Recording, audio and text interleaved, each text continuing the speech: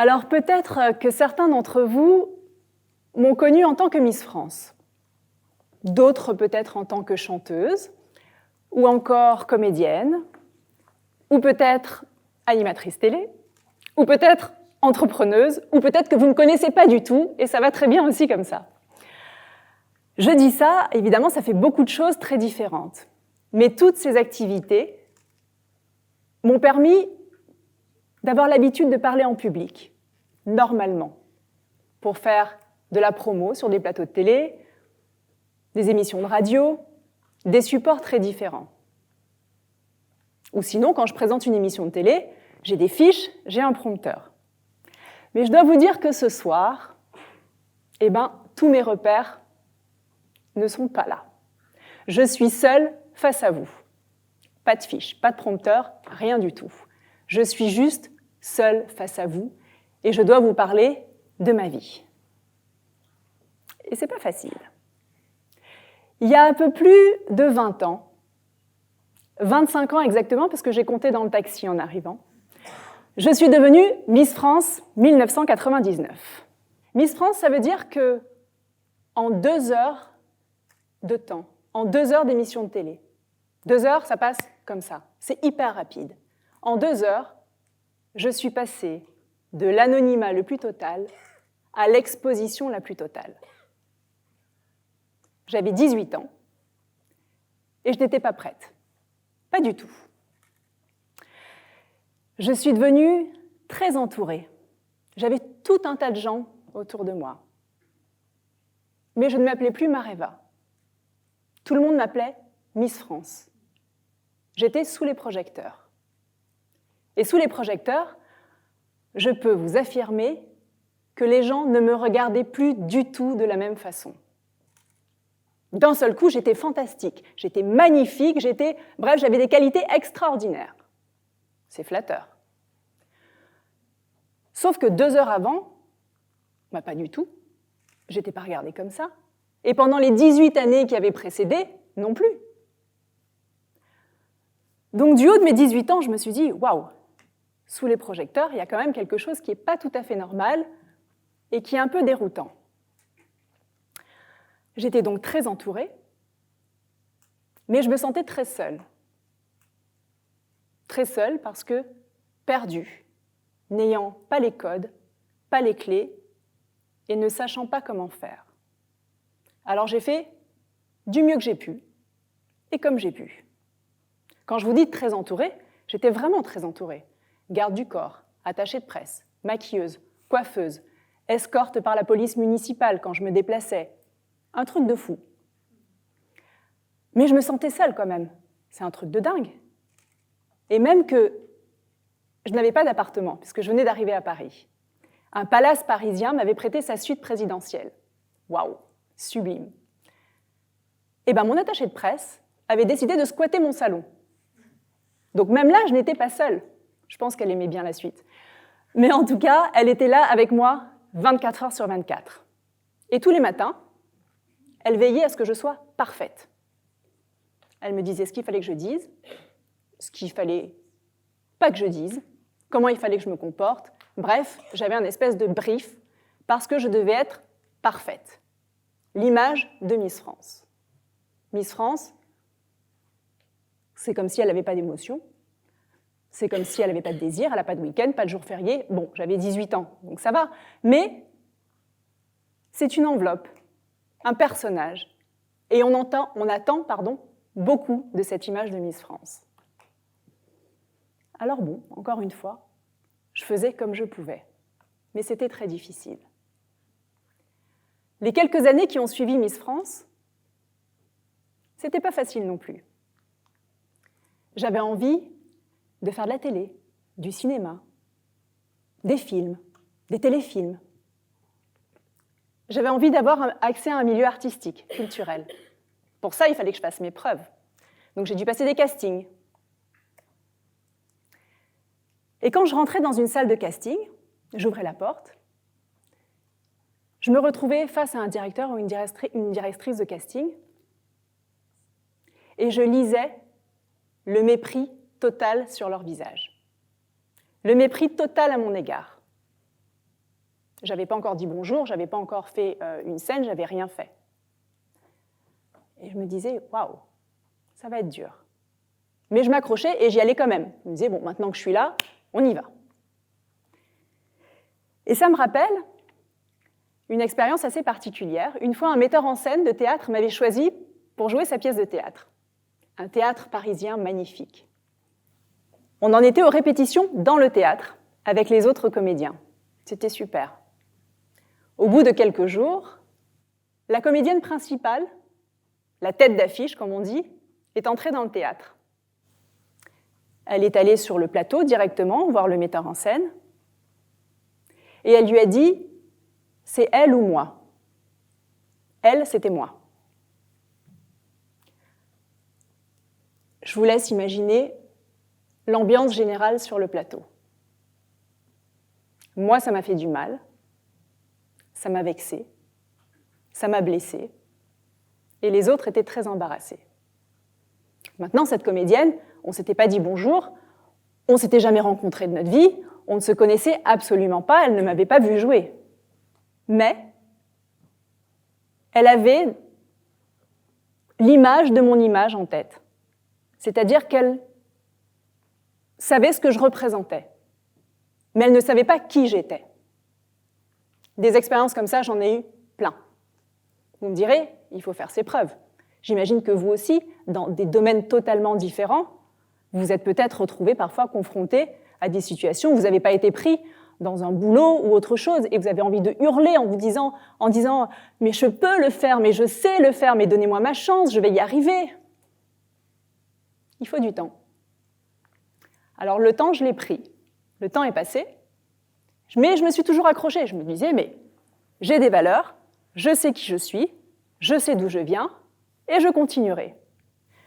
À cette époque, quelqu'un qui m'était très cher me répétait cette phrase de René Char. « Impose ta chance, serre ton bonheur et va vers ton risque. À te regarder, ils s'habitueront. » Au début, ça me paraissait un peu abstrait. Et au fil du temps, cette phrase n'a fait que résonner en moi et je me suis dit « Va vers ton risque, à te regarder, ils s'habitueront. » Elle était là, ma liberté. Elle était là, ma liberté. Continuer d'imposer mes choix, continuer d'imposer qui j'étais, ma double culture et ma différence. Ce qui n'est pas toujours facile. Parce que quand on arrive dans une grande ville et qu'on vient d'un autre pays, peut-être que vous aussi, vous n'êtes pas parisien, moi non plus, je ne suis pas parisienne, c'est difficile d'apprendre des codes, des habitudes, une façon de faire. Bref, je me suis dit, je m'accroche, j'y vais. J'ai rencontré des personnes fantastiques, évidemment. Je n'ai pas eu que des situations chaotiques. J'ai fait des collaborations extraordinaires. Et pendant très très longtemps. J'ai fait des émissions de télé pendant, je ne sais pas, 18 ou 20 ans, sur toutes les chaînes confondues, des émissions de mode, de musique, de déco, tout un tas de choses que j'ai adoré faire. J'ai fait des collaborations extraordinaires en musique, un groupe que j'ai rejoint qui s'appelle Nouvelle Vague. J'ai fait des concerts avec eux dans le monde entier, des tournées aux États-Unis, en Australie, au Brésil, en Chine, toute l'Europe de l'Est, l'Italie, la Grèce, l'Angleterre, l'Irlande, bref, je suis allée partout. Avec un autre groupe, les Parisiennes, j'ai fait les salles de concert les plus prestigieuses de France. J'ai fait un tas de choses extraordinaires. Tout ça m'a pris beaucoup de temps, mais j'avais toujours en moi cette différence. Je me sentais différente toujours. Et je me disais que c'était ma force, en fait, d'être différente. Parce que je commençais ma vie un petit peu bizarrement. Alors, ce que je viens de vous raconter, je l'appelle ma deuxième vie. Parce que je ne suis pas née et je n'ai pas grandi à Paris. Ma première vie, elle est à Tahiti. Je suis née et j'ai grandi à Tahiti. Alors, pour ceux qui ne connaissent pas, comment vous dire ? Tahiti, c'est le bout du monde. La Polynésie, au milieu de l'océan Pacifique. C'est 23 heures de vol pour arriver à Paris. 23 heures de vol, c'est, mettez-vous en situation, un jour et une nuit. On ne part pas comme ça sur un coup de tête. On réfléchit à ce voyage. Et à Tahiti, en Polynésie, tout est différent. Quand je vous dis tout, tout. Le climat, la culture, la nourriture, les odeurs, les saveurs, tout est différent. Et je suis née et j'ai grandi là-bas. Et j'ai toujours gardé en moi cette culture. C'est qui je suis. Toute ma famille est restée là-bas, encore aujourd'hui. Et je chéris les moments que je passe avec eux, et au téléphone aussi, parce que, évidemment, je ne peux pas y aller très souvent. Et je chéris la différence entre ce qu'ils vivent et ce que je vis. Quand j'appelle ma grand-mère, parfois, enfin souvent d'ailleurs, j'appelle ma grand-mère souvent, mais parfois je lui dis « Ah mamie, j'ai fait ce soir et diffusé une émission de télé, ça fait des semaines ou ça fait des jours entiers que je travaille dessus, c'est super, tu vas la regarder ?» Et elle me dit « Ce soir, c'est quoi, 21h ? Oh là là, 21h, c'est trop tard, mais je dors. Tu te rends pas compte ? Demain matin, le manguier, les mangues que tu adores, il est plein à craquer, il y a le jardinier qui vient à 6h30, 7h, il faut que je sois avec lui et tout et tout. » Donc mon émission, c'est-à-dire tout le stress que ça a engendré pour moi de la faire et tout le boulot que ça représentait, passe à la trappe. Mais j'adore ces moments-là, parce que ça me fait redescendre et ça me fait garder les pieds sur terre.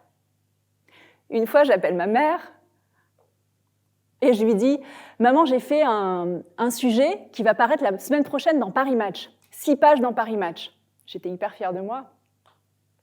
Ma mère, elle me dit « Paris Match, je crois qu'il va mettre 2 mois à arriver par bateau. » Mais bon, ça fait quand même vachement longtemps qu'on ne t'a pas vu dans la presse locale.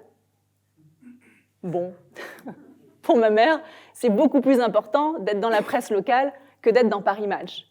Donc pareil, une fois de plus, moi qui étais excitée de cette séance photo ou du sujet qui allait paraître, fait que tout ça, c'est éphémère.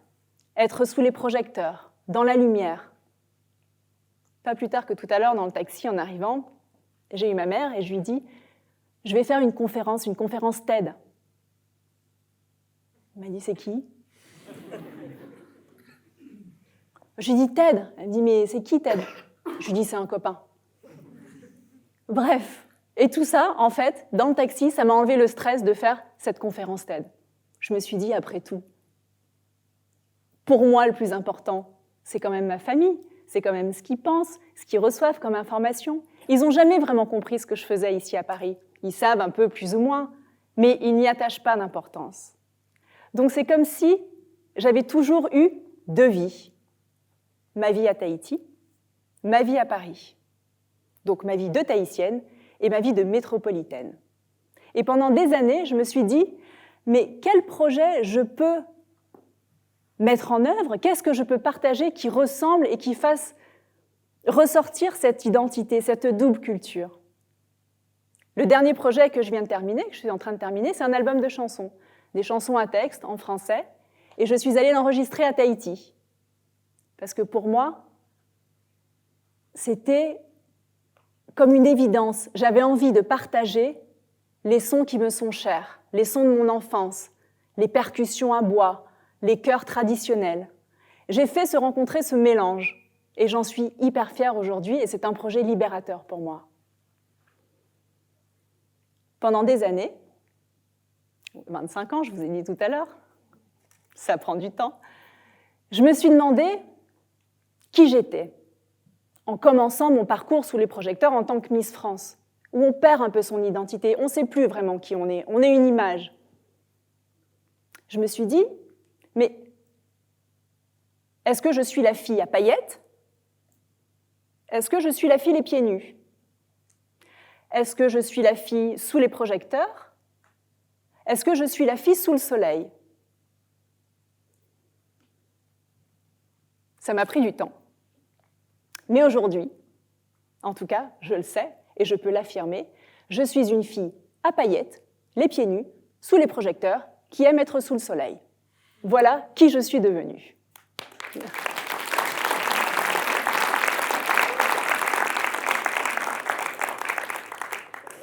Mais tout ça pour dire que même si vous avez une autre culture, même si vous venez d'ailleurs, servez-vous de vos souvenirs, qu'ils soient bons ou qu'ils soient mauvais. Servez-vous de vos origines, de votre différence. Ma différence a toujours fait ma force. Donc peu importe d'où vous venez, peu importe vos souvenirs, servez-vous-en. Ça vous aidera toujours à être plus créatif, plus combatif, plus fort. Et si je peux me permettre de donner un conseil ce soir, c'est rester vous-même, profondément vous-même et résolument vous-même. Merci.